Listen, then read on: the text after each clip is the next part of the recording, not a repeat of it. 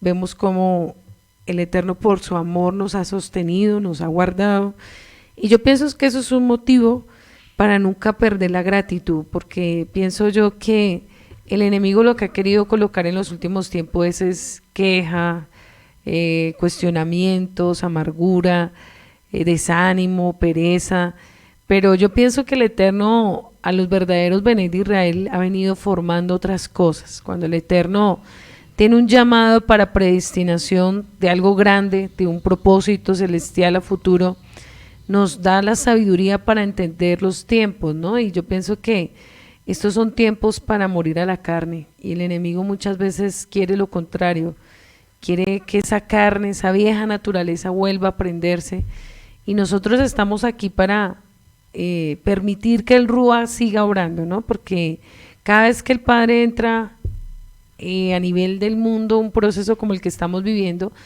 nos está procesando a todos, ¿no? Entonces yo pienso que es necesario el morir, el dejarnos formar, el renunciar al viejo hombre y quitar de nuestro corazón esa dureza para que Él se manifieste con poder. Yo pienso que estos son tiempos donde Él quiere seguir obrando, quiere seguir transformándonos, y yo la verdad estoy muy agradecida con el Eterno por estos tiempos de formación, porque a veces uno cree que ya ha aprendido mucho y el Eterno lo quebranta nuevamente y le enseña que necesitamos seguir aprendiendo, ¿no? Estamos en un proceso donde ninguno está terminado, no somos productos terminados, somos productos en un proceso.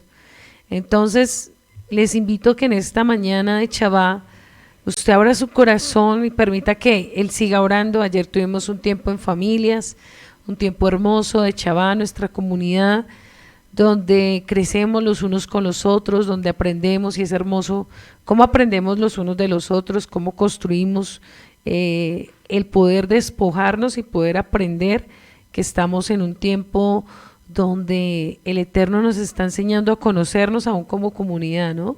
A veces en las comunidades cada uno es como un club social, ¿no? Entra a la iglesia y se saluda y ni se conoce, no se sabe la necesidad del hermano, si tiene hambre, si tiene sed, si necesita una palabra de corrección o de amor, y eso tenemos que cambiarlo, ¿no? Yo pienso que por algo el Eterno no nos tiene ahorita en un salón a nivel del mundo, sino nos tiene como comunidad, entre familias, reuniéndonos para quitar el concepto del egoísmo, porque muchas veces somos muy egoístas.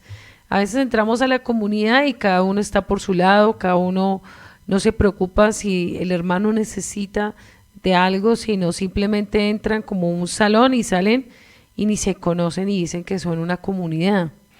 Entonces el Padre está cambiando muchos conceptos y yo estoy muy feliz por eso, porque a veces el Padre necesita comenzar a hacer algo nuevo en todo tiempo, y yo pienso que Él está haciendo algo con nosotros y es enseñándonos a que no seamos como una sociedad egoísta, una comunidad egoísta, donde usted simplemente se reúne en un salón pero no le importa a nadie.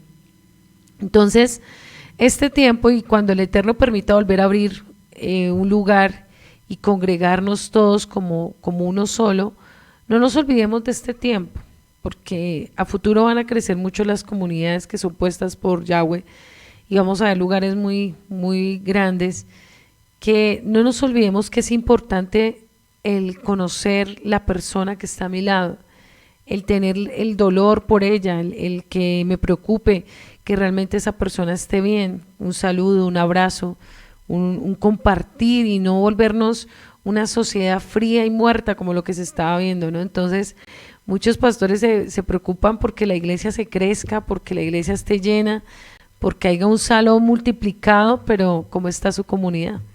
¿Será que habrá apoyo? ¿Será que habrá amor entre los hermanos? ¿Será que habrá respeto los unos con los otros? ¿Será que habrá diálogo entre ellos? ¿O simplemente se conocen de un lado, como la sociedad hoy en día es, que simplemente se saluda, pero usted allá y yo acá? Y eso el Padre lo está cambiando, porque si no somos una comunidad verdadera, ¿cómo vamos a ser comunidad en la Nueva Jerusalén? ¿Cómo vamos a vivir si dice que somos unánimes juntos, no? Y que allá volverá a ser todo como desde Berechí, como desde el inicio, Y yo digo, ¿cómo podemos ser como Bereshit si acá ahorita, en este momento, no lo somos? Entonces, el Eterno, ¿qué está haciendo? Cambiando el concepto de congregación. Que no nos preocupemos tanto porque cuántos se congregan ni por cuánta gente llega, sino cómo están las personas y cómo son ellos como hermanos. Porque a veces el pastor se enfoca en que cada uno cumpla su llamado, pero no construir hermandad, y eso es peligroso, porque nosotros tenemos que construir hermandad dentro de la comunidad. Tenemos que construir de que si el uno le duele algo, yo tengo que entender que es mi hermano y me debe importar. Entonces, el Padre está haciendo algo y es enseñarnos algo diferente. Por eso, cada uno donde esté en este momento, en el país que se encuentre, si usted se está congregando con pocas personas, aproveche este tiempo y pídale al Eterno que cuando vuelva a abrir las comunidades, no volvamos a cometer los mismos errores, no volvamos a ser egoístas, no volvamos a ser ese pueblo indiferente al dolor del otro, aún al dolor de sus pastores, al dolor de sus hermanos, sino que realmente cambiemos el lenguaje y el pensamiento que teníamos arraigado. Personalmente yo lo digo porque yo nací en una comunidad, una iglesia de más de 10,000 personas.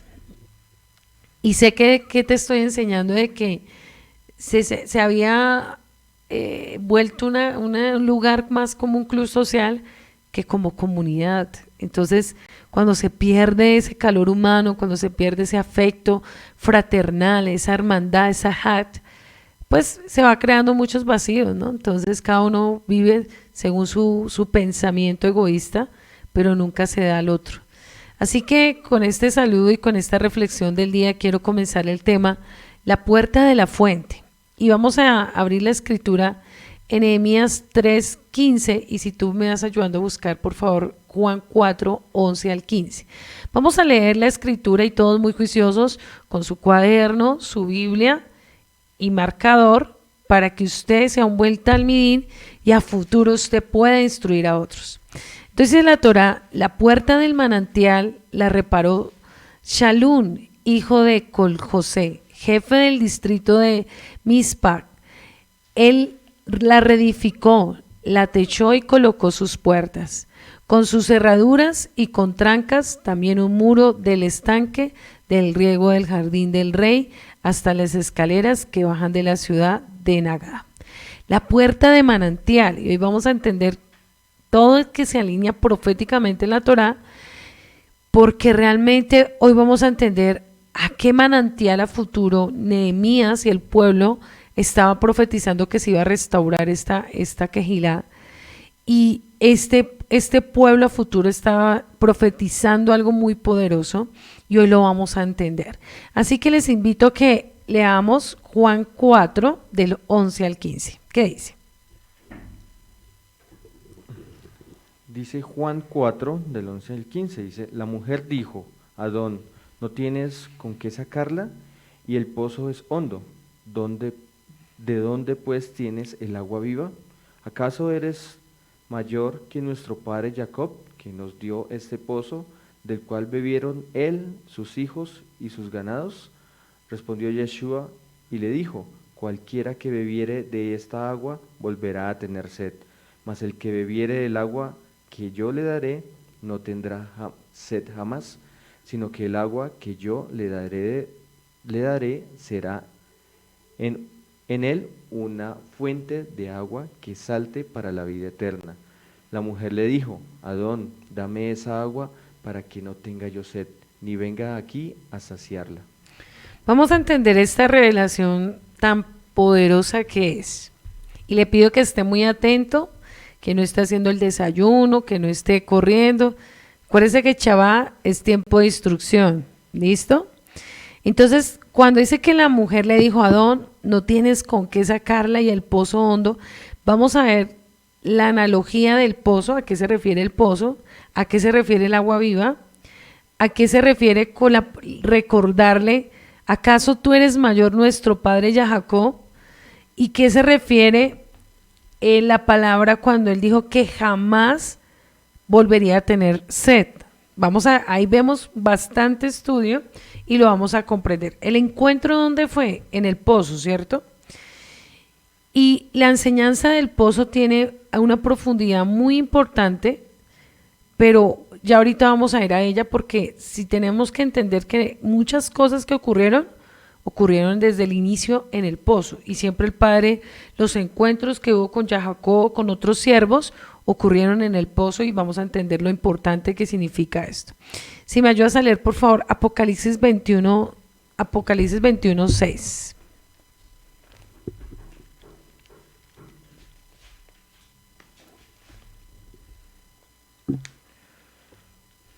Apocalipsis 21:6 nos dice, y dijo, hecho está, yo soy el alfa y el omega, o el alef y el tab, y el principio y el fin.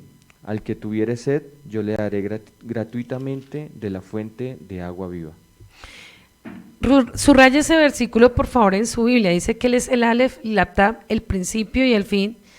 Y mire que dice que el que tenga sed, se la daré, ¿qué? La palabra Gratis. Gratuitamente, ¿cierto? Dice que Él es la fuente de vida. Quiere decir que aquí nos enseña algo muy importante.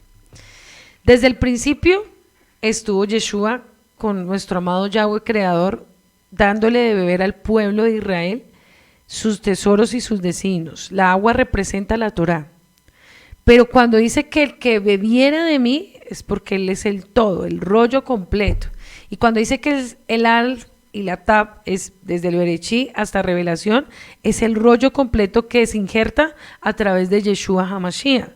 Por eso dice que el que toma de esa agua, o sea, de la Torá de Yeshua, nunca más tendrá sed. Pero dice que desde el principio, ¿cierto? Y que Él es el fin, o sea, quiere decir que nadie puede entrar sin Él. Todos necesitamos de la Torá, de los mandamientos, pero necesitamos del agua viva, que muchos no han bebido todavía. Y hoy lo vamos a entender por qué muchas almas no han cambiado, porque no han tomado de la fuente de Yeshua y siguen igual, pero dice que se la da gratuitamente. Y aquí es una gran pregunta, ¿por qué muchos, si el Eterno no la da gratuita, porque muchos cobran por llevar un agua de vida a muchos lugares? Porque muchos conferencistas, porque no son ni pastores ni son nada, sino son conferencistas, tienen que tener un precio para poder recibir de esa agua, cuando Él dice que nos la dio gratuita, ¿cierto? Entonces, algo que tenemos que tener cuidado en nuestro corazón es que nosotros estamos aquí para transmitir de esa agua a otros sin un precio, ¿ya? Eso no es para hacer un negocio, no es para llenarme yo de plata, sino para traer libertad y salvación a otros. En Joel capítulo 3, versículo 18 dice, sucederá que en aquel tiempo, y eso se alinea con la profecía de la mujer samaritana, porque recordemos que en el pozo, ¿quién estaba? La mujer samaritana. Y recordemos, ahorita vamos a ver varias cositas ahí. Dice, sucederá en aquel tiempo que los montes destilarán mosto, y los collados fluirán leche, pero todos los arroyos de Judá correrán aguas. Saldrá una fuente de la casa de Yuhei Bajei y la regará en el valle Istín. Entonces vamos a entender que cuando habla que fluirá leche y miel, recordemos que es la promesa que el Eterno le dio a nuestro amado Abraham, ¿cierto? Que sobre él y sobre los lomos de él correría la bendición a las 12 tribus de Israel. Y sobre los montes, cuando habla de los montes, son los lugares que el Eterno estableció para llevar una palabra viva de poder. Correrán las aguas, porque van a correr las aguas, ¿cómo? Pues a través de cada siervo, ¿no? Tú eres un instrumento, yo soy un instrumento, cada siervo a nivel del mundo es un instrumento donde corre el fuego del Rúa, donde corren las aguas de la palabra, y a través de cada siervo, de cada sierva, vamos a traer sanidad a las almas.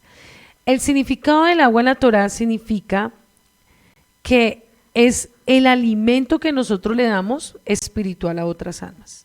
O sea, que yo tengo que comer y beber del agua de la presencia y de la Torá para tener agua viva. Si yo no bebo, si yo no como, si yo no me preparo primero en el espíritu, si yo no tengo un alimento espiritual, ¿cómo le voy a dar otros? ¿Sí? Si yo no tengo agua viva, Si dentro de mí no está Yeshua, si yo no lo busco, si yo no oro, si yo no tengo tiempos con Él, de separarme de este mundo, de apartarme de este mundo, ¿cómo le voy a dar a beber? Entonces yo tengo que tener tiempos donde tengo que apartarme. Yeshua lo hacía. Yeshua, después de que daba al pueblo, ¿qué hacía él? Él iba a la montaña y buscaba de la fuente que era su Padre para tener la fuerza espiritual para el otro día seguir ministrando. Entonces, algo que nosotros, los siervos, maestros, siervos, como quiera que nos llamemos, tenemos que buscar de la fuente para poder representar y darle a otros. Si yo no me alimento, yo llegará un tiempo que me puedo desgastar y no tener nada que dar. Entonces, no puede ser que yo dé sin recibir. Algo que cuando tenemos que tener claro, que por más experiencia que tengamos, más años que llevemos en la fe, no podemos ser orgullosos y decir que no necesitamos del agua viva. Por eso es que muchos siervos terminan en la carne, terminan secos espiritualmente, porque se da mucho al pueblo, porque le dan mucho a los demás, pero ellos no se alimentan. Y eso es un peligro. Yo tengo que beber, yo tengo que tener tiempos de apartarme del pueblo, de buscar el rostro de Hashem y saber que Él es la fuente que me va a sostener hasta el final. Si yo no me aparto, si yo no me consagro, si yo no me meto en intimidad, el enemigo me puede endurecer el corazón y convertirme en un robo mecánico donde yo entrego muchas cosas, pero no tengo nada dentro. Entonces yo doy, pero también ¿qué? ¿Debo qué? Recibir. Y si yo no recibo, yo no voy a dar nada. Eso es peligrosísimo. Dame de beber, dice acá, ¿cierto? Tú le pedirás, o sea que nosotros ¿qué tenemos que hacer? Pedirle a Yeshua, que es la fuente, que nos dé de beber. O sea, si yo no soy humilde y creo que yo soy autosuficiente, que yo no necesito beber, puedo caer en un peligro muy, muy grande, y es el pecado del orgullo. Porque Satanás algo que va a querer colocar en nosotros es orgullo, autosuficiencia, el creernos que necesitamos de solo dar, pero no de recibir. Y algo que tenemos que tener cuidado es que nosotros todos, mientras que estemos en esta tierra, necesitamos recibir. Si me ayudas a leer, por favor, 1 Corintios, capítulo 10, versículo 4. Entonces nosotros tenemos que buscar el alimento espiritual. Tenemos que anhelarlo también, porque el Eterno no le da a alguien que no anhela. El Eterno sabía que esta mujer tenía sed de su presencia, tenía hambre de su Ruach HaKodesh, pero ahorita vamos a ver a la luz de la Torah que representa a la mujer samaritana, empezando que el encuentro de ellos fue a mediodía, ¿cierto? Y a esa hora, por la ley de Moisés, ningún hombre se podía acercar a una mujer y mucho menos a una mujer samaritana. O sea, por la ley era prohibido lo que estaba haciendo Yeshua. Era un pecado público. Entonces, imagínate la élite religiosa, imagínate los seduceos, los fariseos, ¿qué pensaban de él? Que era un rebelde. Porque primero, fue a un lugar donde él no podía ir. Segundo, a encontrarse con los enemigos del pueblo de Israel. Y tercero, a solas. O sea que estaba supuestamente infringiendo 3 leyes. Pero ahorita vamos a entender por qué Yeshua, sabiendo la ley, por qué fue y la irrumpió y por qué él dijo, voy a hacer algo para que el pueblo entienda acá, ¿no? Entonces, pareciera que él fuera en contra de la ley, pero él no estaba en contra de la ley. Él estaba restaurando la ley con lo que hizo en ese encuentro con la mujer samaritana. ¿Qué dice en 1 Corintios 10:4? Y dice, todos bebieron la misma bebida espiritual, porque bebían de la roca espiritual que los seguía, y la roca era Yeshua. Entonces partamos de ahí. Él mismo les estaba enseñando desde ya, porque la mujer samaritana representa las tribus de Israel perdidas, Efraín. Que cuando le hace una pregunta que ahorita la vamos a ver, ¿cierto? Le dice, has tenido 5 maridos, ¿cierto? Entonces, él por ende le estaba profetizando al pueblo de Israel que él venía a rescatar lo perdido, no lo que estaba sano. Y ella representa a ese Efraín prostituido, Sí, uno dice, pero ¿qué quería enseñar con ese encuentro? Ella representa ese Efraín perdido, que había sido desechado, que había sido menospreciado y que él venía a darle vida. Eso representa a Yeshua a través de la mujer samaritana. Entonces, pues a nivel religioso, él estaba pecando, pero él estaba haciéndoles ver que él no venía por la élite religiosa. Él venía por un pueblo que estaba destruido espiritualmente, muerto espiritualmente y que necesitaba del agua de vida que era él. No, no la religión, no la costumbre le iba a dar vida a esa mujer, ni a los pueblos, ni a las almas, ni a Israel, sino el único que tenía el poder para dar vida a lo que estaba muerto era él mismo. Entonces le estaba diciendo, si tú bebes de mí, si tú me conoces a mí, vas a tener vida espiritual. ¿Por qué mucha gente dentro de la religión no ha tenido un cambio espiritualmente? No ha nacido de nuevo porque no ha tenido un encuentro real con Yeshua HaMashiach. No lo ha conocido, no ha conocido a Yeshua en su corazón. Lo conoce en la letra, pero no lo conoce en su interior.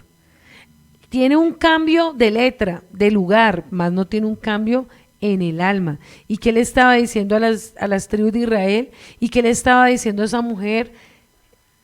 El pueblo no me conoce. El pueblo está muerto espiritualmente como tú estás muerto y necesita conocerme. Necesita del agua de vida, necesita ser sano. Está muerto como muchos hoy están muertos espiritualmente.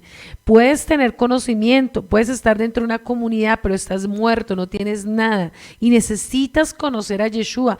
Pero pastora, yo llevo 8 años, usted no lo conoce, usted está muerto, porque si estuviera vivo, sus acciones dirían otra cosa.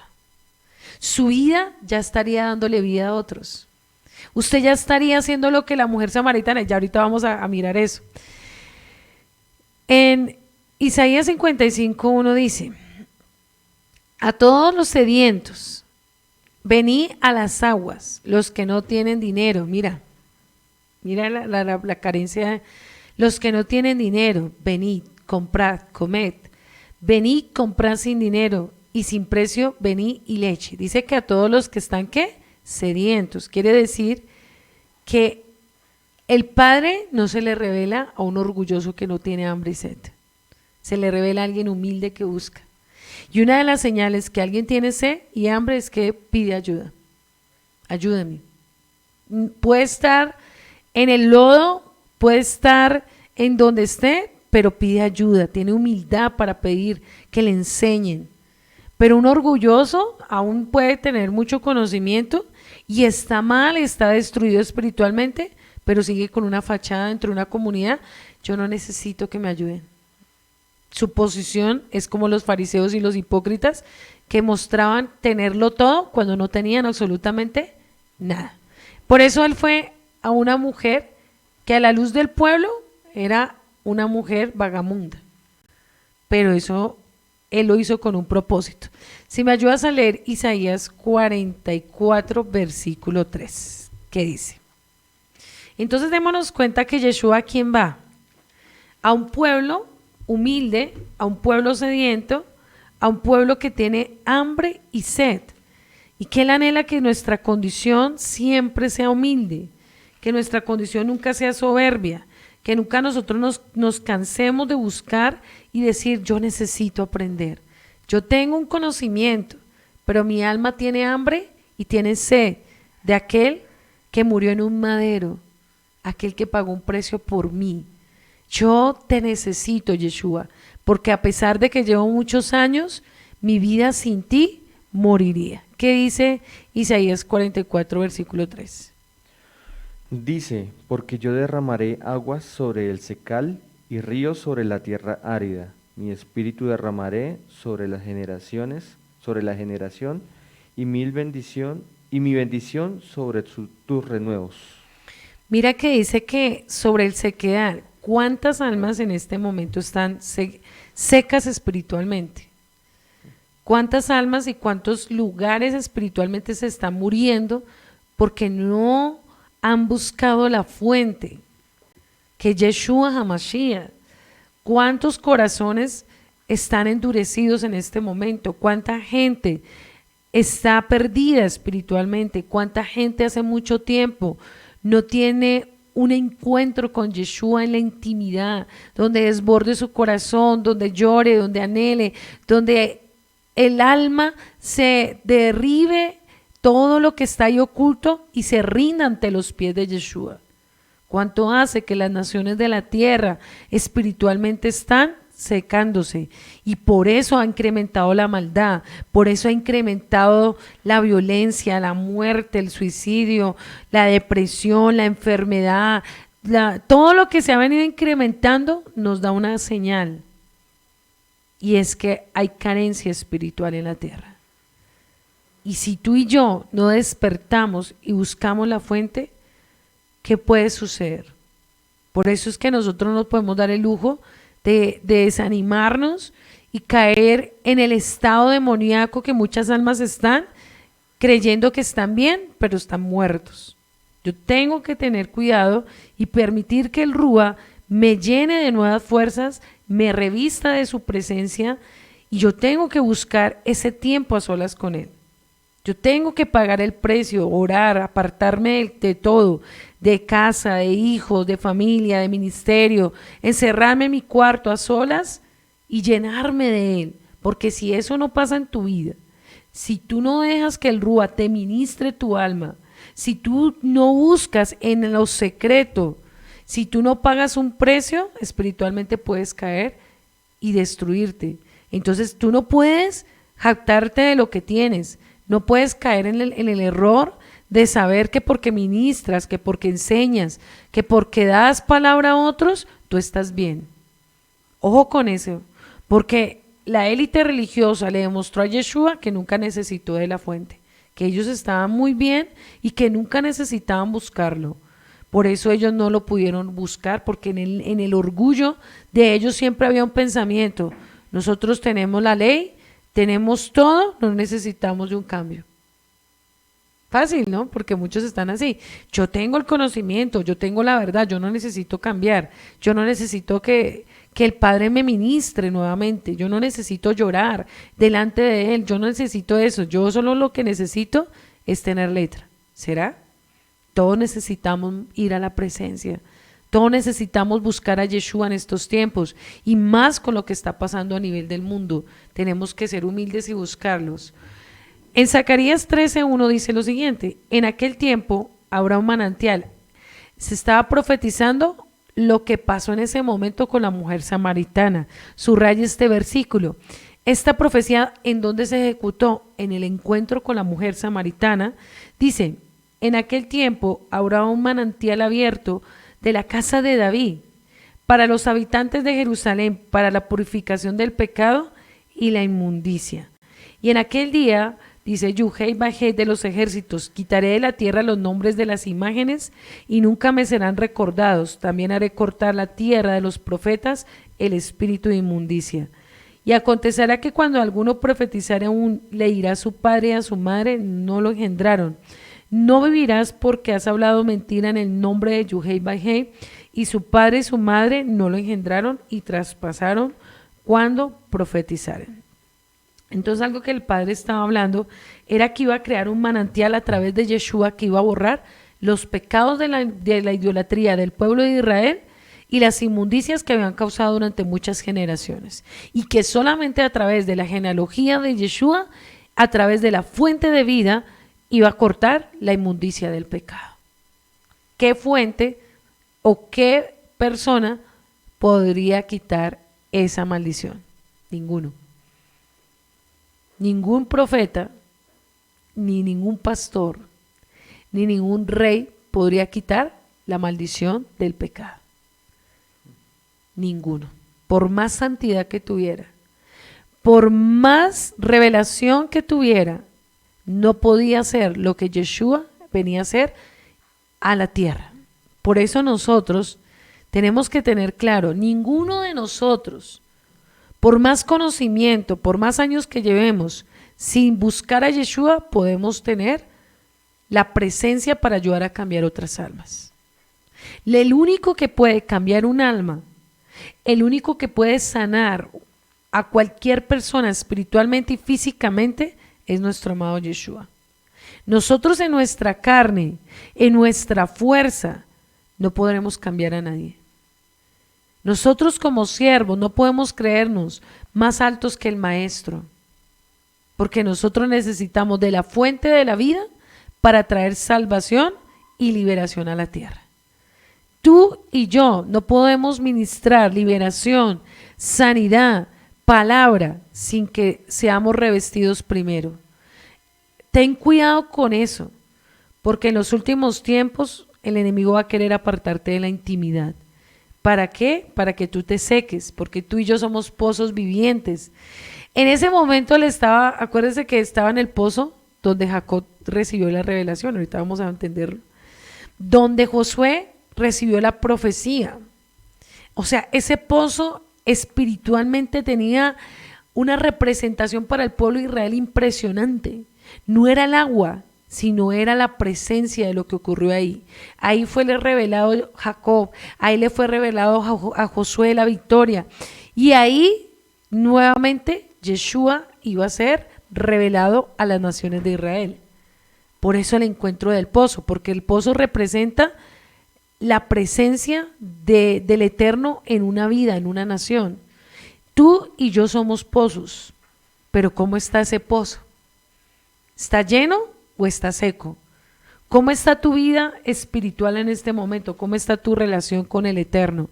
¿Cómo estás tú?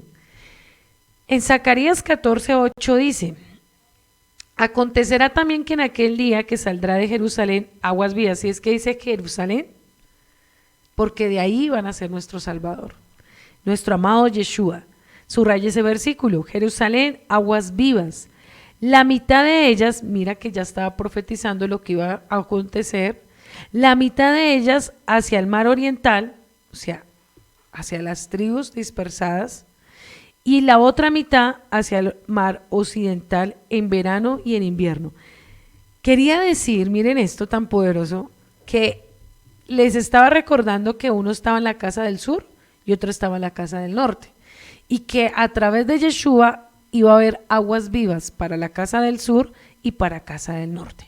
Quería decir que ambas tenían que tener un encuentro con Yeshua HaMashiach. Las dos casas necesitaban ser revestidas nuevamente porque iban a estar muertas espiritualmente, porque ambas se habían contaminado con los baales, con el sistema, con todo el pecado, y sin Yeshua las dos no iban a poder sobrevivir. Mira lo que, si me ayudas a recordar, por favor, me ayudas a leer Juan 4, 15, 18. ¿Qué pasó en ese momento? ¿Qué más nos quiere enseñar ese encuentro de la mujer samaritana espiritualmente para ese momento y para este momento proféticamente? ¿Qué representa? ¿Qué nos quiere enseñar este pasaje? ¿Qué quiere el Eterno revelarnos en esta mañana de Shabbat a nuestro corazón? Dice Juan 4, 15 al 18, dice, la mujer dijo: Adón, dame esa agua para que no tenga yo sed, ni venga aquí a sacarla. Yeshua le dijo: ve y llama a tu marido y ven acá. Respondió la mujer y dijo: no tengo marido. Yeshua le dijo: ven, bien has dicho, no tengo marido. Porque 5 maridos has tenido y el que ahora tienes no es tu marido. Has dicho con verdad.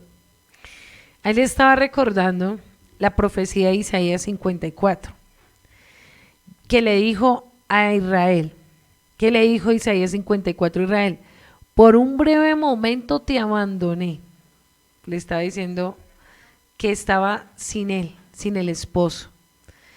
Y le dijo: pero tendré grandes misericordias contigo, mujer, ¿cierto? Le dice en Isaías 54, pero le estaba refiriendo a Israel, o sea que Israel se había prostituido y se había contaminado y necesitaba nuevamente retornar a su esposo.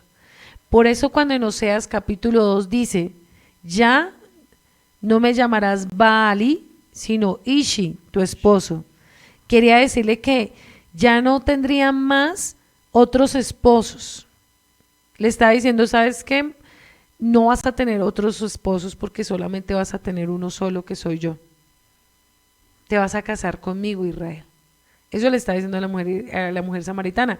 A través de ella le está diciendo, tú que te has prostituido con otros esposos, como en Oseas capítulo 2 lo dice, ya no te vas a prostituir más con otros baales, sino yo voy a ser su esposo. ¿A través de qué? A través de la ketubá que hizo en el madero. Ese contrato matrimonial, acuérdate que lo tuvimos en el monte Sinaí, pero ¿cómo se iba a restaurar si se había roto? ¿Cuándo se divorció nuestro amado Yeshua? Cuando el pueblo se prostituyó. Y usted lo encuentra a través de Oseas y a través de la profecía de Jeremías. Pero él iba a restaurar ese contrato y ese pacto a través de su propia sangre. Porque sabía que por más que les había entregado las letras, el pueblo de Israel no podía cumplir el mandamiento total. Si no hubiera entregado su sangre por salvación a nosotros, ninguno de nosotros seríamos salvos. Todos estaríamos muertos, separados de la vida celestial. Entonces, él iba a restaurar su contrato matrimonial, su pacto, a través de la sangre. Mire lo hermoso de esto. O sea, le estaba diciendo a ella, yo te profetizo que a través de mi muerte, mujer samaritana, pueblo de Israel perdido, yo te voy a restituir, yo te voy a restaurar, yo te voy a volver a lazos de amor y misericordia. Y cuando tú lees Jeremías capítulo 11 dice, por un breve momento me aparté de ti, pero con grandes misericordias volveré a traerte, Israel. Por eso él les estaba diciendo, no es con ley, no es con la ley que voy a restaurar, es con mi presencia, con mi amor. A través de mi sacrificio voy a restaurar al pueblo de Israel. Mira lo que me representa este pozo. Dice que este pozo estuvo en Samaria llamado Siquén, junto a una heredad de Jacob que le dio a José. En aquel pozo dice que, vamos a leerlo, significa el encuentro con la Torah, el encuentro de la libertad. Ese pozo representa muchas cosas. Y si me ayudas a leer Josué capítulo 24, del 19 al 21. Entonces, en ese pozo en donde estuvo ubicado, en Samaria, llamado Siquén, junto a la heredad de Jacob, hijo de José. Y vamos a encontrar que desde los grandes patriarcas hasta que vino Yeshua, ese pozo tuvo un gran valor en la nación de Israel. ¿Por qué? Porque en ese lugar hubieron muchos encuentros y eso representa el pozo de la libertad, el pozo de la salvación y el pozo de volver a retornar y a volver a beber de las aguas del Ruach HaKodesh. ¿Qué dice Josué 24 del 19 al 21? Dice, entonces Josué le dijo al pueblo, no podréis servir a Yahweh, porque Él es un Elohim santo y Elohim celoso, no sufrirá vuestras rebeliones y vuestros pecados. Si dijereis a Yahweh y serviréis a otros dioses ajenos, Él se volverá y os hará mal, y os consumirá, pues que después que os ha hecho bien. El pueblo entonces dijo a Josué, no, sino que Yahweh serviremos, sino que a Yahweh serviremos. Entonces en ese momento había un tiempo de guerra, de destrucción, y Josué en ese pozo, en ese lugar preciso, en ese monte, mira lo que pasó. En el versículo 22 dijo, y Josué dijo al pueblo, vosotros sois testigos contra vosotros mismos que habéis escogido al Adón para servirle. Y dijeron, testigos somos, ahora pues quitad los dioses extranjeros que están en medio de vosotros, e inclinad vuestro corazón al Adón Yuhei Bajei. Y el pueblo respondió a Josué, al Adón nuestro Elohim serviremos, a una sola voz obedeceremos. Igual que en el monte Sinaí. Exactamente. Igualito, ¿sí ves? Entonces Josué hizo un pacto. Mira lo que ocurrió en ese pozo, proféticamente lo que había acontecido para futuro tener ese encuentro Yeshua con el pueblo. Entonces Josué hizo un pacto con el pueblo aquel día, les impuso estatutos y ordenanzas en Siquén. ¿Sí ves? Y escribió Josué con palabras en el libro de la ley de Yuhei Bajei y tomó una gran piedra. O sea que en ese pozo proféticamente ya estaba algo señalado. y tomó una gran piedra y la colocó allí debajo de encima, que estaba junto al santuario del Adón, y dijo Josué a todo el pueblo: He aquí esta piedra servirá de testigo contra nosotros, porque en ella ha oído todas las palabras del Adón. Ha hablado nosotros y será testigo contra vosotros, para que no neguéis a vuestro Elohim. Entonces Josué despedió al pueblo a cada uno en su heredad. Entonces esa piedra quedó ahí.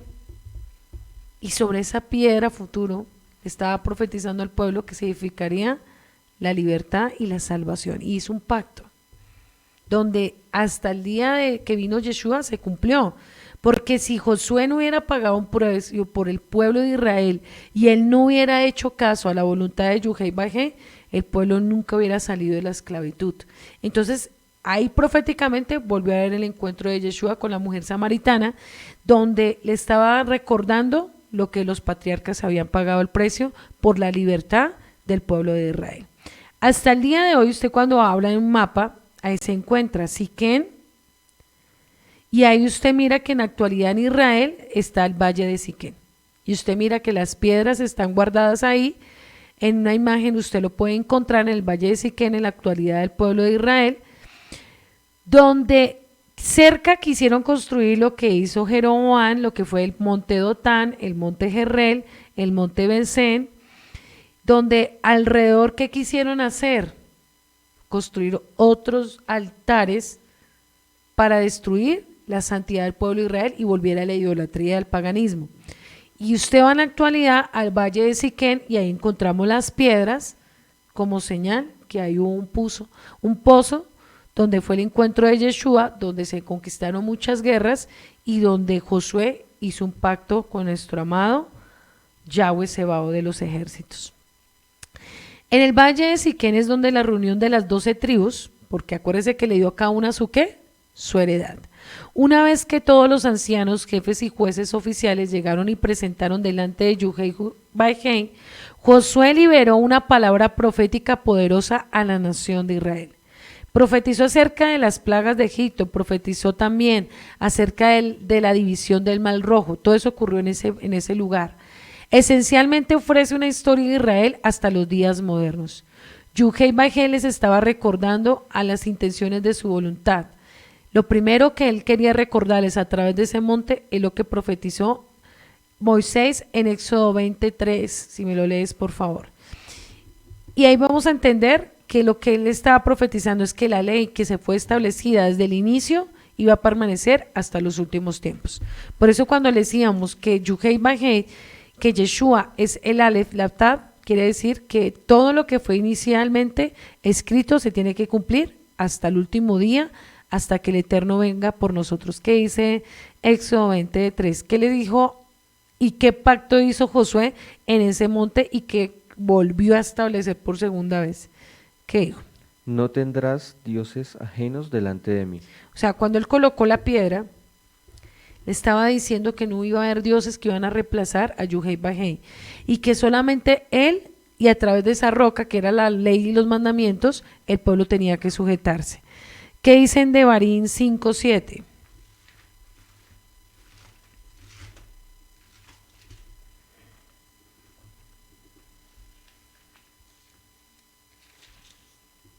Devarim 5:7 dice: no tendrás dioses ajenos delante de mí. Y en Éxodo 34:14.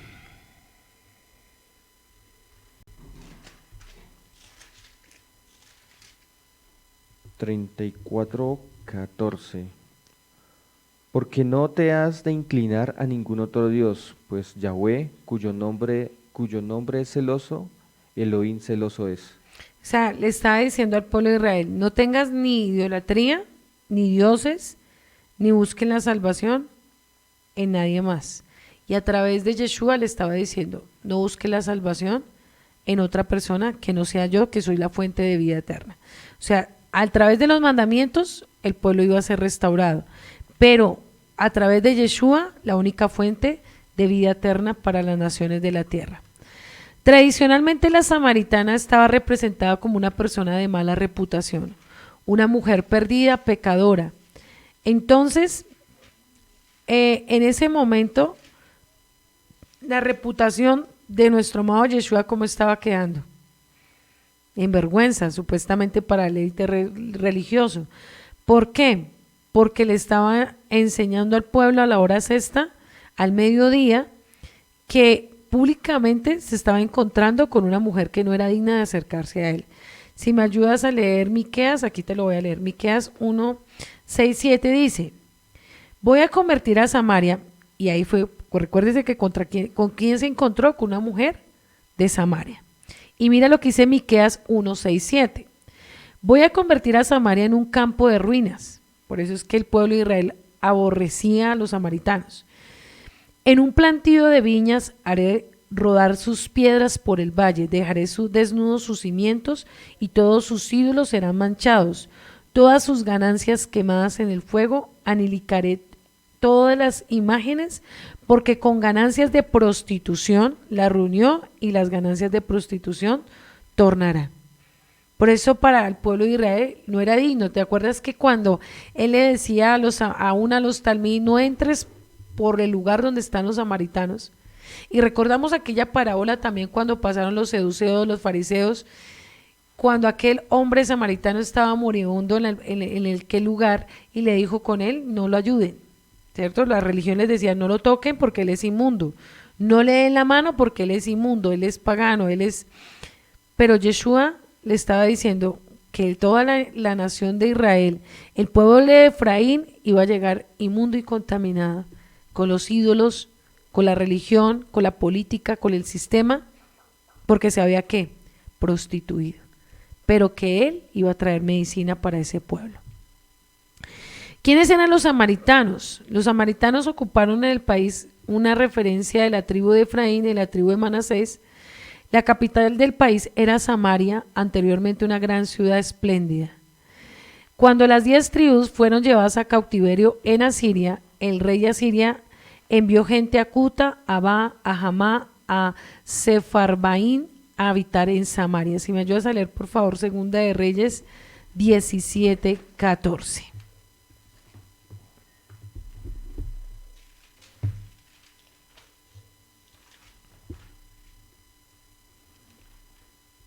Y dice, mas ellos no obedecieron, antes endurecieron su cerviz como la cerviz de sus padres, los cuales no creyeron en Yahweh su Elohim. O sea que los samaritanos eran que de dura que cerviz, eran rebeldes, iban en contra de la Torá y en contra de los mandamientos y siempre iban a buscar sus ídolos. En Esdras 4, del 2 al 11 dice lo siguiente: vinieron a Zorobabel hijos y jefes de las casas paternas y le dijeron, edificaremos con vosotros, porque como vosotros buscamos a vuestro Elohim y ofreceremos sacrificios de los días de Esar Hadón, rey de Asiria. He aquí nos hizo venir, y aquí Zorobabel y Jehusá y los jefes de las casas paternas de Israel dijeron, no nos conviene edificar con nosotros casa a nuestro Elohim, sino que nosotros solos edificaremos a Yuhei Bajei de Israel, como nos mandó el rey sirio de rey de Persia. Pero el pueblo de la tierra intimidó al pueblo de Judá y lo atemorizó aquí que lo edificarían. Sobornaron además contra ellos a los consejeros para frustrar los propósitos de todo el tiempo de Sirio rey de Persia y hasta el reinado de Darío rey de Persia. En el reinado de Euserio, el principio de su reinado, escribieron acusaciones contra los habitantes de Judá y de Jerusalén. También en los días de Atarjerjes escribe por Bislán, Mitradates, Tabel y los demás compañeros suyos, y Artajerjes, rey de Persia, y escribió el lenguaje de la carta eran en arameo. Rehún, canciller, Simmasai, secretario, escribieron una carta contra Jerusalén. El rey Artajerjes, en la fecha escribieron Rehún, canciller, Simsai, secretario de los demás compañeros suyos, de los jueces, gobernadores y oficiales de Persia, de Ere de Babilonia, de Susá, esto de los elamitas, y demás pueblos que era grande y religioso. Anaspart transportó e hizo habitar en las ciudades de Samaria y demás provincias del corto al lado del río. Esta es la copia de la carta que enviaron al rey Artajerjes, tus siervos, al otro lado del río te saludan. Sea notorio que el rey de los judíos subieron a ti y nosotros vinieron a Jerusalén, edificaron una casa rebelde y mala y levantaron los muros, y repararon sus fundamentos. O sea que el pueblo, la mayoría de los samaritanos eran rebeldes y era un pueblo duro de cerviz. Por eso, y construyeron una gran ciudad en Asiria.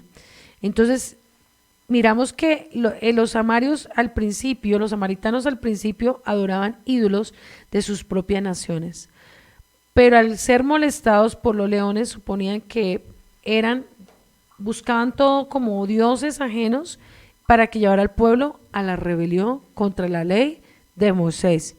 Por eso es que ellos eran tan aborrecidos y era un pueblo que no era considerado digno de estar al lado del pueblo de Israel. Por eso cuando ya Yeshua vino, pues había una gran división de religiones, de pensamientos, y él lo que quería era restaurar al pueblo de Israel. Entonces, debido a los habitantes israelitas de Samaria, se mezclaron los extranjeros y adoptaron su religión. O sea, muchos que conocían la ley de Moisés empezaron a mezclar con ellos. La mayoría eran los grandes mestizos llenos de maldad y de conocimiento. Muchos empezaron a practicar la brujería, el paganismo, la hechicería, la brujería a través de las costumbres de los samaritanos. Por eso ellos trajeron también mucho daño al pueblo de Israel. Cuando hablamos del regreso de la cautividad en Babilonia para volver a reconstruir el templo en Nehemías 6 del 1 al 14, miramos que los samaritanos fueron muchos de los que se opusieron a la restauración. Entonces, había una gran cantidad de samaritanos en la construcción del pueblo en la dispersión de Babilonia y ellos buscaban dañar la restauración. Entonces, por eso es que ellos lo veían como enemigos, porque los samaritanos buscaron destruir la restauración del pueblo de Israel. Es más, ellos construyeron sus propios templos en el monte Gerizim y por eso buscaban ir en contra de la Torá.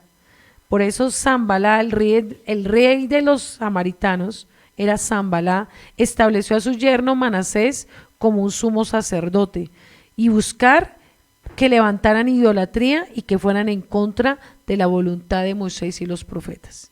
Por eso no era cualquier joyita y por eso el pueblo de Israel con ellos no quería nada, porque ellos eran enemigos del pueblo de Israel.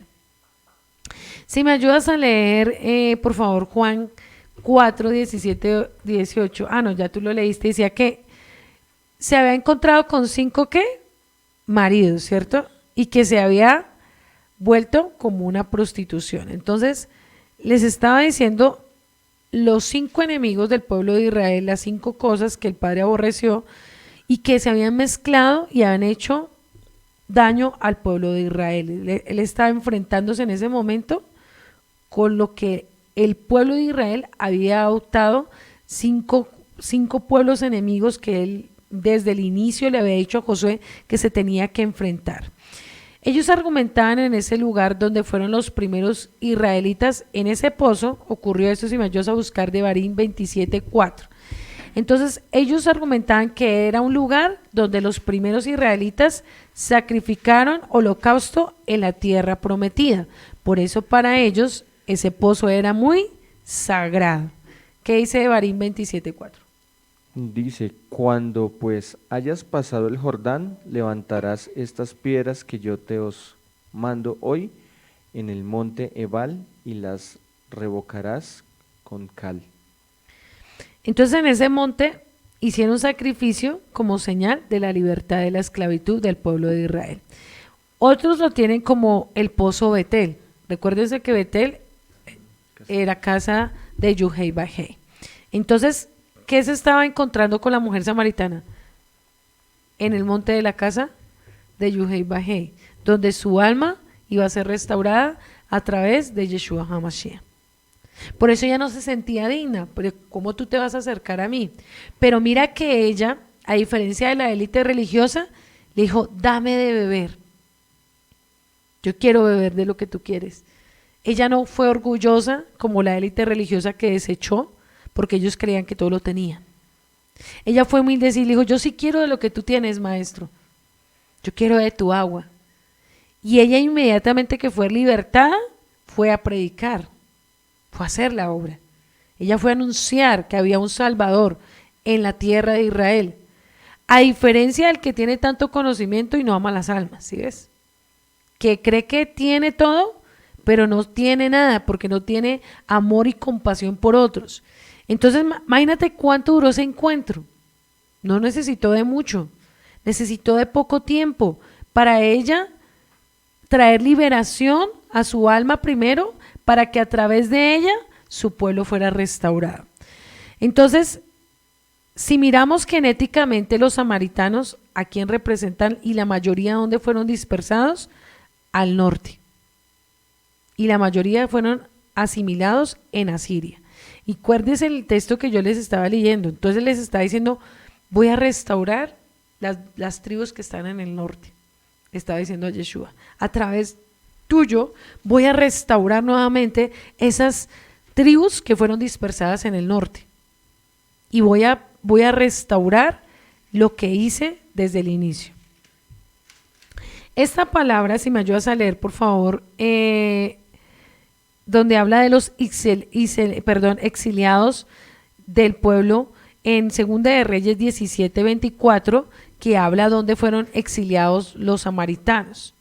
Ahí habla que empezó el ser exiliados y fueron esparcidos, y a través de ello lo que nos enseñaba un día el Roe, que también el pueblo asirio va a ser restaurado, porque tiene una promesa, porque para ellos también hay restauración.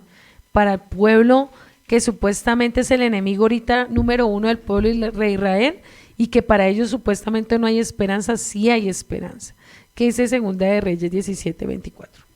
Y trajo el rey de Asiria gente de Babilonia, de Cuta, de Aba, de Hamat y de Selbarim, y los puso en las ciudades de Samaria, en lugar de los hijos de Israel, y poseyeron a Samaria y habitaron en sus ciudades.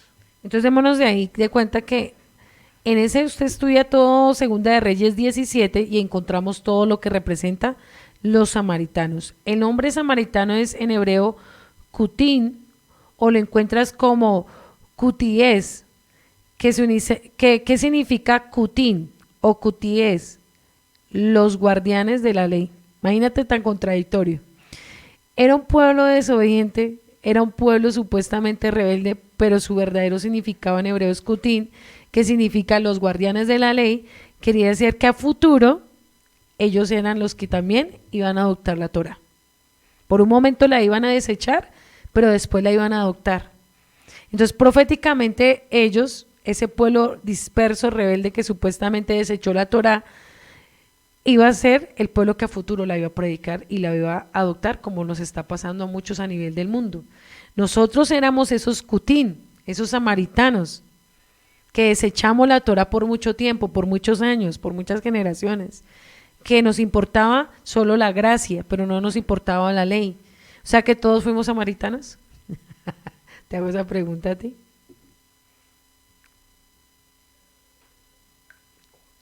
¿Sin palabras? Sin palabras. Todos éramos samaritanos. Desechábamos la ley, pero por gracia y por rajen vinimos a la fuente y adoptamos y amamos nuevamente la Torá. O sea que todos en algún momento estuvimos en la posición de la mujer samaritana, así es. Aún pastores, aún creyentes de muchos años, todos fuimos la samaritana.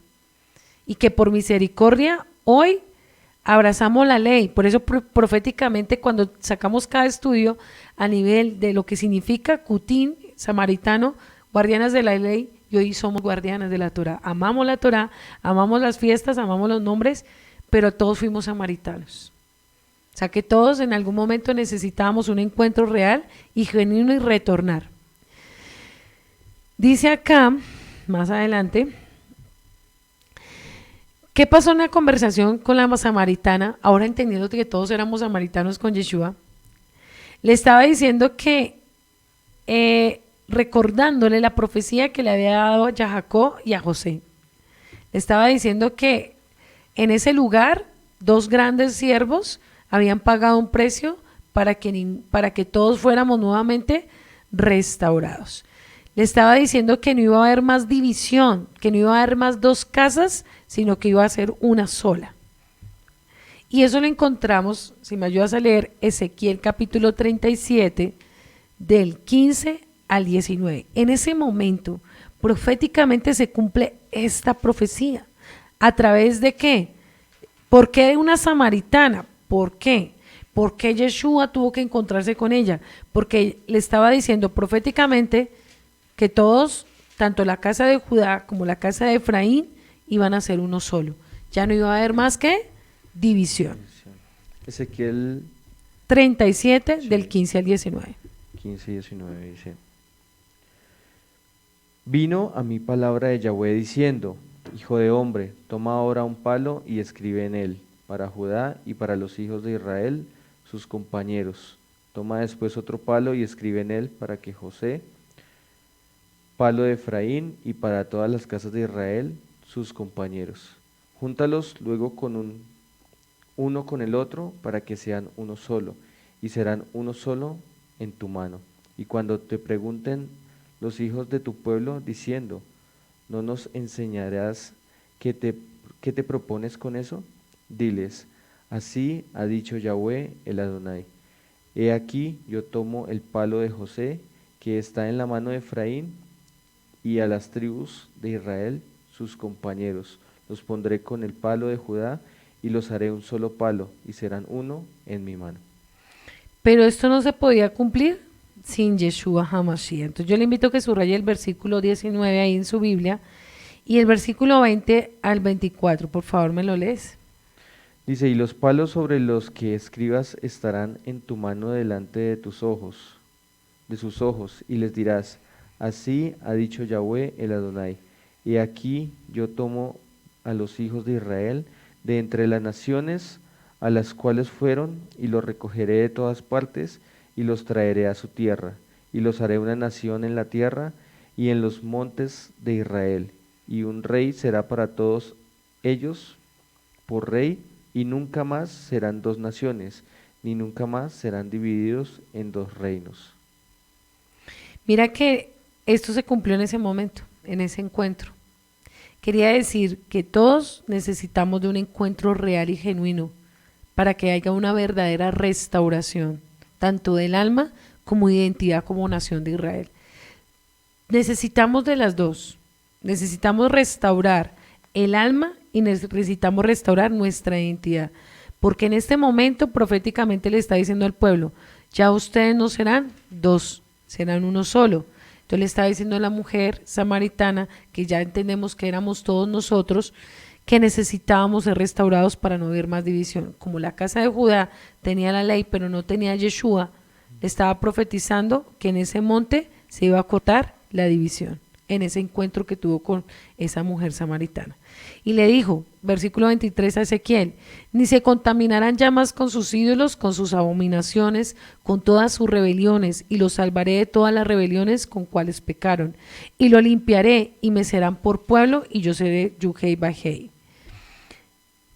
Más adelante aquí dice que Yeshua le estaba recordando la promesa que le hizo a quién, a Abraham, y que le hizo a los grandes patriarcas en el monte que Betel, que significa casa de Yuhei Bajei, que los samaritanos creyeron e identificaron el monte Geserín, que significa casa de Dios, casa de Yahweh, Yeshua mismo, en, si me ayudas, Juan 1:14. O sea, el Padre todo lo que ha prometido hasta el día de hoy lo ha cumplido. Y nosotros nunca podemos dudar de las promesas que Él le hizo a los patriarcas y nos ha hecho a nosotros, que toda la profecía, toda la escritura se va a cumplir y todo lo que el Padre ha dicho lo va a hacer, porque Él no es hombre ¿para qué? Para mentir. ¿Qué dice Juan 1:14? Juan 1:14 dice: y aquel verbo fue hecho carne y habitó entre nosotros, y vimos su gloria, gloria como de unigénito del Padre, lleno de la gracia y de la verdad. O sea que en ese momento mira lo que pasó espiritualmente con la nación de Israel, las tribus, a través de la mujer samaritana. Las vendas fueron ¿qué? Quitadas. Porque reconoció que él era la fuente. Y entonces, ¿qué va a pasar ahí proféticamente con la casa de Judá? Que a futuro y ya en este momento van a reconocer que necesitan del Salvador. Entonces, la venda de muchos que conocen la ley pero no conocen a Yeshua se les va a quitar. Y van a entender que no solo la ley salva, que necesitan de Yeshua. Y nosotros se nos quitó el velo de los ojos, que no solo la gracia salva, sino necesitábamos de los mandamientos para poder cumplir con la obediencia y ser restaurados plenamente. Entonces a las dos casas se les quita una gran venda, porque necesitamos de una salvación verdadera y una salvación a medias. Dice que proféticamente ya se les había dicho que iba a haber un profeta que iba a traer salvación a la casa de Israel. Como hemos aprendido a comprobar las escrituras, que Efraín estuvo en donde? Cautivos en la capital de Samaria. Fueron llevados cautivos a Siria, aproximadamente desde el año 722 al año 726 antes de Mashiach. Israel, que es nuestro amado Efraín, absorbió por las naciones conforme a la profecía de Oseas, que se vuelve y lo reconoce como Loami, que quiere decir no mi pueblo. Recordemos que por un tiempo nosotros éramos no pueblo de Israel, no éramos dignos de las promesas y no éramos dignos de los pactos de nuestro amado Yeshua, y esto lo encontramos en Oseas 1 del 6 al 8, si lo lees por favor.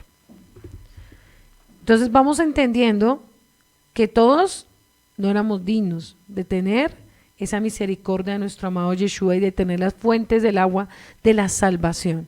No todos teníamos el derecho a ser salvos, porque todos nos habíamos contaminado y prostituido con todas las idolatrías y el paganismo del sistema del mundo. ¿Qué dice Oseas 1, 6, 8? Dice, concibió ella, otra vez y dio a luz una hija. Y le dijo Elohim, ponle por nombre Lo Ruhama, porque me compadeceré más de la casa de Israel. Porque no me compadeceré más de la casa de Israel, sino que los quitaré del todo. Mas en la casa de Judá tendré misericordia, y los salvaré por Yahweh su Elohim. Y no los salvaré con arco, ni con espada, ni con batalla, ni con caballos, ni jinetes.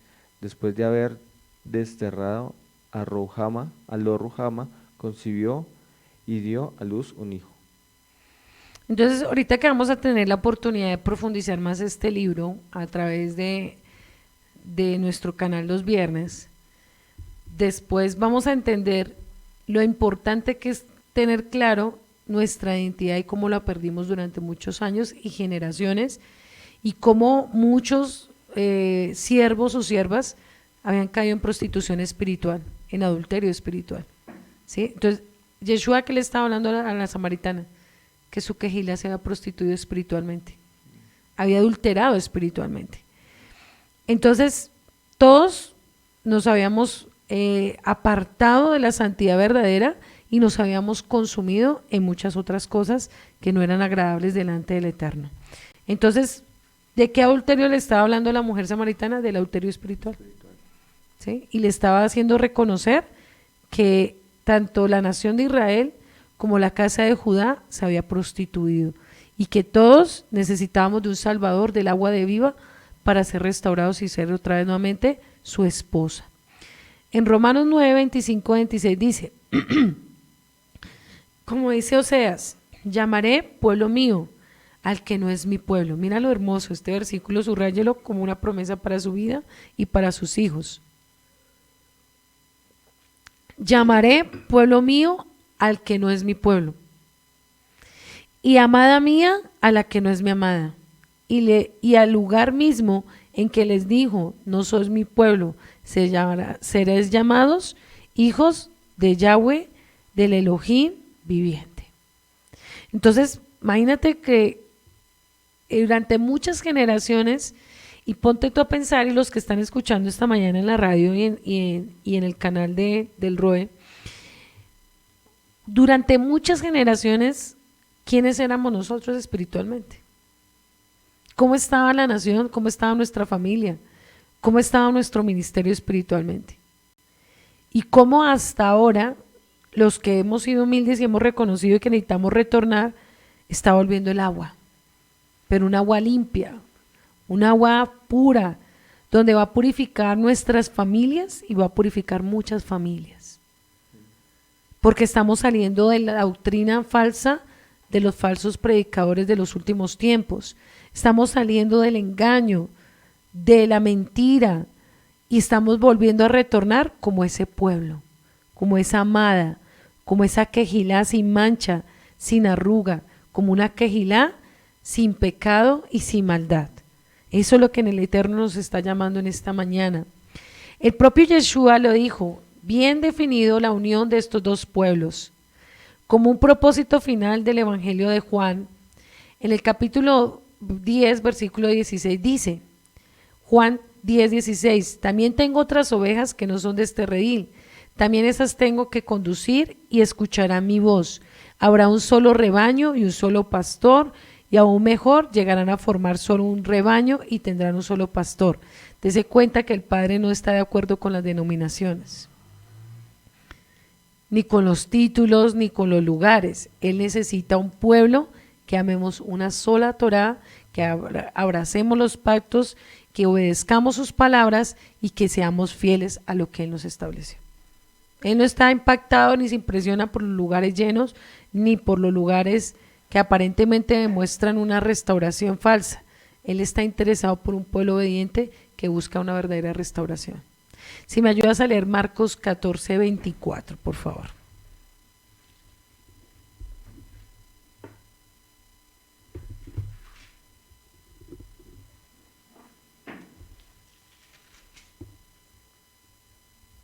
Marcos 14, 24 nos dice, y les dijo, esto es mi sangre del nuevo pacto, que por muchos es derramada.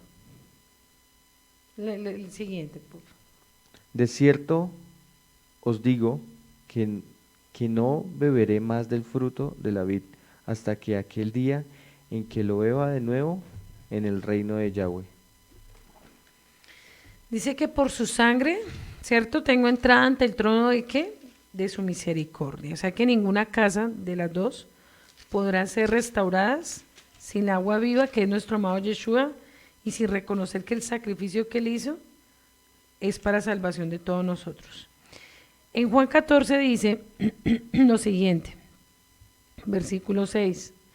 Yeshua le dijo, yo soy el camino, la verdad, o sea, la Torá, y la vida. ¿Por qué la vida? Porque le dijo a la samaritana, a través de estos tres principios, tú tendrás vida espiritual. Sin eso, no. Nadie viene al Padre, sino por mí. Si me conocéis, mira lo hermoso de esto, si tú conoces la Torá, los mandamientos, conoces a Yeshua, mira lo que va a pasar, también conoceréis al Padre. Desde ahora le conoceréis y le has visto.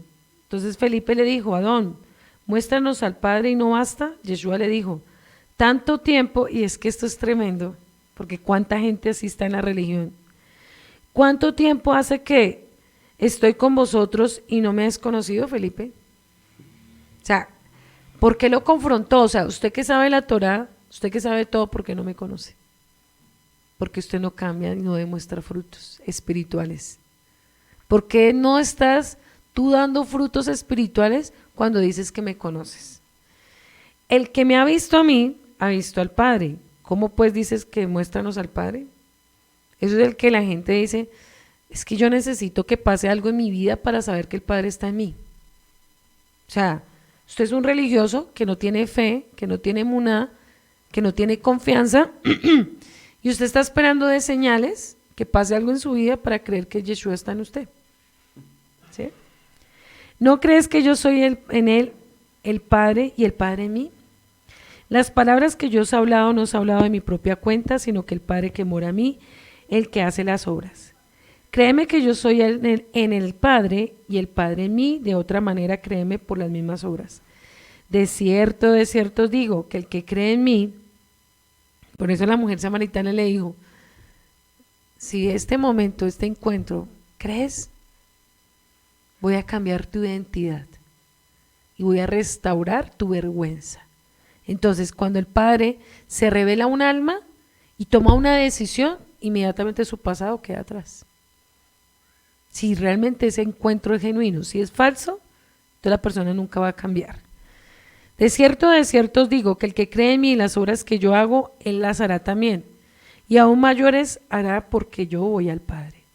Todo lo que pidieras al Padre en mi nombre, pero no cualquier sinvergüenza como en el cristianismo nos enseñaron, pida lo que quiera y que, papito, el cielo se le abre y de una. No.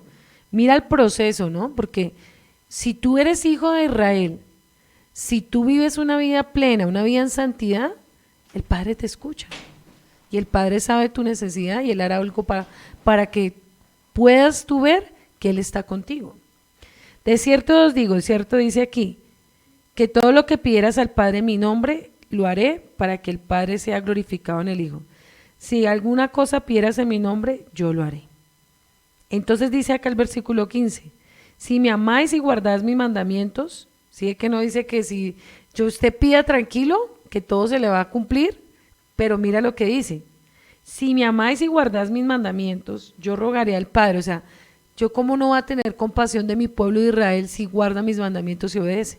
Yo los voy a amar y los voy a cuidar. Yo no me voy a olvidar de ellos porque ellos aman mi palabra y obedecen mi palabra, yo no los voy a abandonar. Yo rogaré al Padre y os dará un consolador que esté entre vosotros. El Espíritu de verdad, mira, esto es importantísimo. Él guarda a los obedientes, pero a la gente infiel y que lleva una doble vida es entregada a demonios para ser confundida con doctrinas de demonios, para que terminen en religiones que los aparta de Yeshua y de la verdad. Por eso dice que les dará un espíritu de verdad, o sea, no un espíritu de locura y turbación y engaño, en el cual el mundo no puede recibir, ¿sí es? Porque no lo ve ni lo conoce. Pero vosotros la conocéis porque mora en vosotros y estará en vosotros.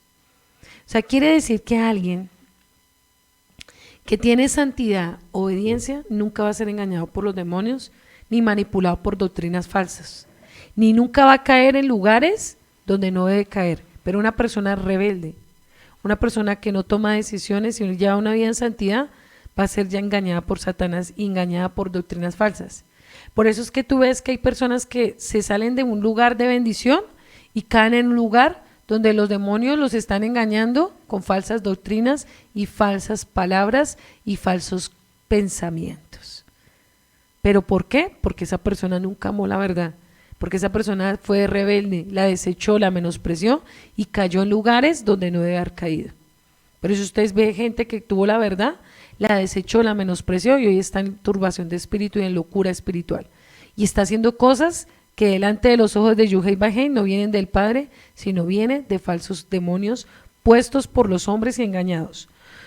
Mire lo que dice el Eterno, no nos dejará huérfanos, vendré a vosotros. Todavía un poco el mundo no me verá más, pero vosotros me veréis porque yo vivo, vosotros también viviréis. En aquel día vosotros conoceréis que yo estoy en el Padre y vosotros en mí y en vosotros. El que tiene los mandamientos, subraye esto para su vida espiritual hoy, el que tiene mis mandamientos y los guarda, ese es el que me ama.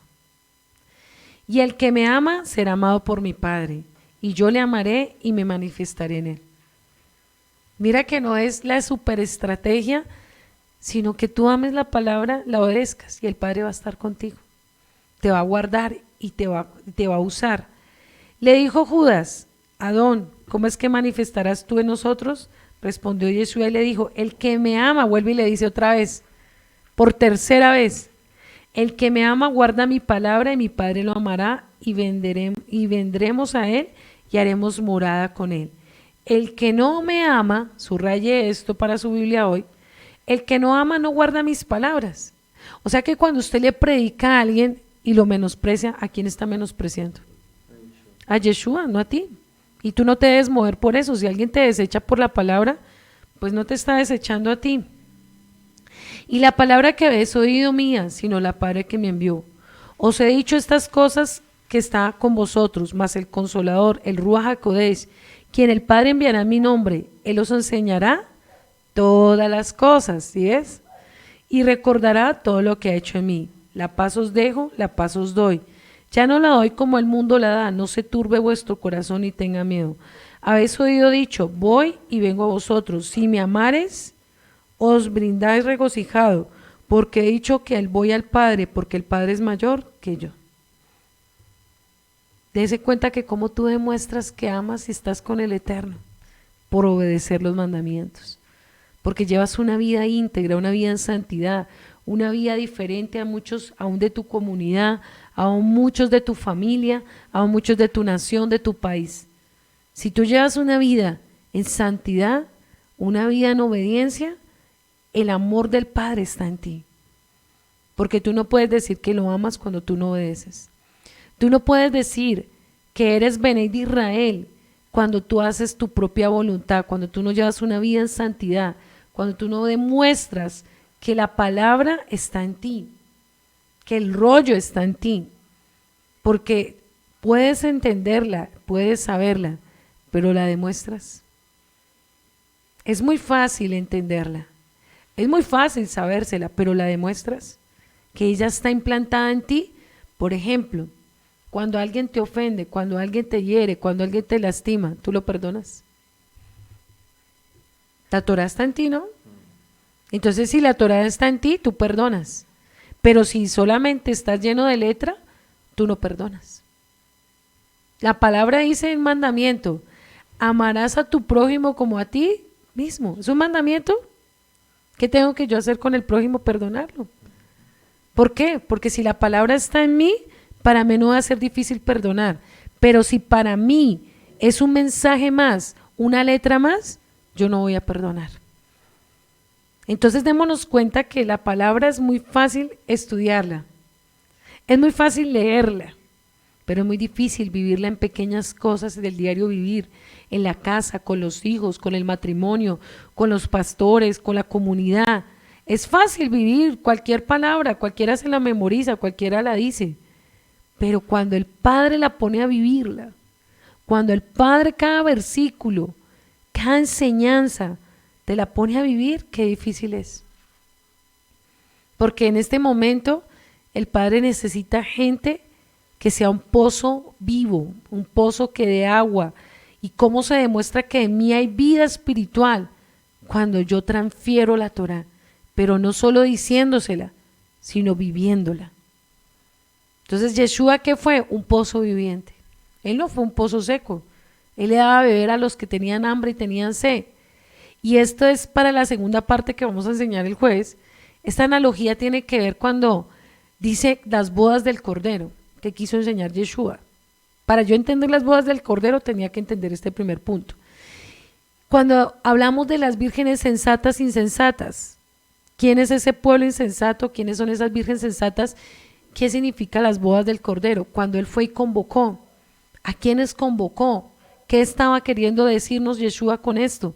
Porque si enseñamos la escritura a nivel literal, no entendemos la profecía y no entendemos la revelación de lo que se fue entregado desde atrás. Entonces nosotros tenemos que entender que somos aquel pueblo como la mujer samaritana prostituta que necesitábamos de un Salvador y necesitábamos retornar. Si nosotros no entendemos eso, vamos a seguirnos mezclando como el pueblo samaritano con varias cosas, con el mundo, con el sistema, y nos vamos a seguir excusando. Porque cualquiera no es Benei de Israel. Tenemos que tomar una decisión, una determinación, una decisión plena en nuestro caminar. O seguimos con las culturas paganas del mundo y con las tradiciones, o cortamos total y somos pueblo de Israel. A la mujer samaritana le dijo, vas a tener un solo esposo. Ya no vas a tener más prostitución espiritual. Quería decir, ya vas a caminar como una verdadera Benei de Israel. Y cuando le dijo, en este monte ya no se adorarán sino los verdaderos adoradores en espíritu y en verdad. Quería decir que ya no iba a haber más religiones, sino un pueblo adorando a un solo Yuhei Bajei, a un solo Santo Kadosh, que no era nuestro amado Yahweh Sebaot de los ejércitos, que fue adorado en Betel cuando vino Josué y adoró y levantó la piedra. Eso le está diciendo, porque en este monte ya no habrá más otra adoración, sino vendrán los adoradores en espíritu y en verdad. Y ese texto lo saca la gente para sacar música y decir que son adoradores.